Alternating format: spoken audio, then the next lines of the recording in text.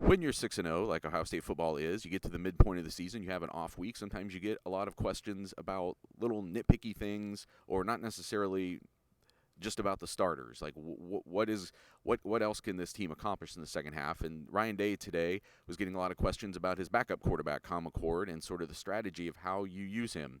Nathan Baird from cleveland.com, along with Stephen Means and Doug Lesmerises. And we got some clarification about how Ryan Day thinks about this. He answered one question about getting Kyle McCord reps, where he only talked about getting him in at the end of the third quarter, start of the fourth. And then you asked a question later about why do you care about offending Big Ten teams by letting him run a regular offense when Kyle McCord is in the game, and he said he's very hesitant. That's just his philosophy. He doesn't want to run up the score, doesn't want to be accused of running up the score. So the combination of that makes a very small window for you to actually do anything with your backup quarterback in these blowout games. So we've been talking about this a lot on the Buckeye Talk podcast, and it is like a minor thing until it's a major thing. So the one thing I wanted to find out is does Ryan Day think those game reps are valuable in a blowout? Or is it – because I think you could say, well, the work that guys get in practice matters much more than if you throw a couple passes in a blowout. But he didn't say that. He said, yes, that matters, like when you do get in. But he really does. He said, I just think that way about respecting the game. And I'll tell you, like in the middle of the news conference, I was going back through looking at scores from the University of New Hampshire when Ryan Day was the quarterback. And I'm trying to figure out, like, if there was a game where somebody rubbed it in on the fighting, I don't know what New Hampshire. Fighting Ryan Days. And put this in his head. I'm really curious about it because to me that doesn't exist in a conference game, but it does to him. So I think maybe you don't like the answer, but I think we got some clarity on like how much of a core principle this is to him. Like back half of the fourth quarter, they're borderline taking knees because that's what he believes. It's just some of the things are just contradicting to me when he says it, because he says, yes, those reps are super valuable.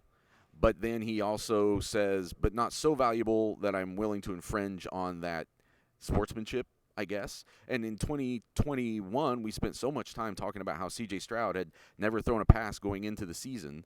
So in 2020, those reps were so scarce for the backups that they never got a chance to even get in the game very often. But yet now that he has those opportunities, he's not really using them to throw passes and get those guys ready. I wonder if his philosophy is going to evolve on this, because we've seen that before, whether it was how he decided to let someone coordinate his defense, whether it was just some other little factors here and there. Ryan Day is still a relatively young head coach. I wonder if he's going to look back at this down the line and have a new philosophy about this the next time it comes up. It may not happen this year, but I just wonder if this is going to be something else that evolves in his thinking. If Kyle McCord stinks, it'll evolve, just like that's what happened with the defense. The defense stunk. So Ryan Day backed off and said, I'm going to go get a head coach of a defense. The defense stunk, so, okay, we're not going to play single high anymore. We're going to mix it up a little bit. So just like, that's human nature. If something's not working, you're going to do something else to try to fix that. If Kyle McCord comes out next year and it goes into that Notre Dame game and he has 5 touchdown passes and 350 yards, him not throwing the ball at the end of these games, we'll shut up about it because it actually doesn't matter anymore. And I think part of maybe this isn't part of it, maybe it isn't, but also Kyle McCord isn't necessarily in the same situation as C.J. Stroud where he'd never thrown a pass. He started a game before, so he does have some level of a reps. But I agree, yes, if Kyle McCord sucks next year, I guarantee you Devin Brown's going to get more than just, handoff reps at the end of a blowout game against a MAC opponent. But if Kyle McCord comes out and he's awesome, then this is a no story. So we almost can't find out the answer to this question until Kyle McCord takes the field. And it does. It's just like how much does all of that contribute to whether he's good or not next year, which is the thing that we're trying to wrap our head around now, because you're exactly right, Stephen. It's all about results, but we don't. I mean, when you think about, well, they're going to have all bowl practice and he's going to have all of spring practice. He has started a game against Akron. Does 5 extra throws against Michigan State really matter? Maybe not, right? Maybe not, and that he's just going to be good or not based on all the prep he does in practice.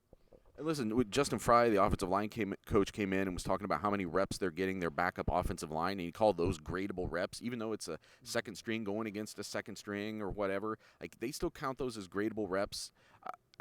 I just think, like, we all agree, and a lot of fans think this way too, that if you're getting a gradable rep against a first string, to me, is probably more valuable than a gradable rep against a second string. But I'm not a college football coach, so maybe I'm wrong about that. I would just think that they would try to sneak him in earlier and get some of that. And I don't know how many of those opportunities are going to be abundant in the second half. They're still going to have a couple games that on paper look like they would trend that way, maybe the Northwestern game.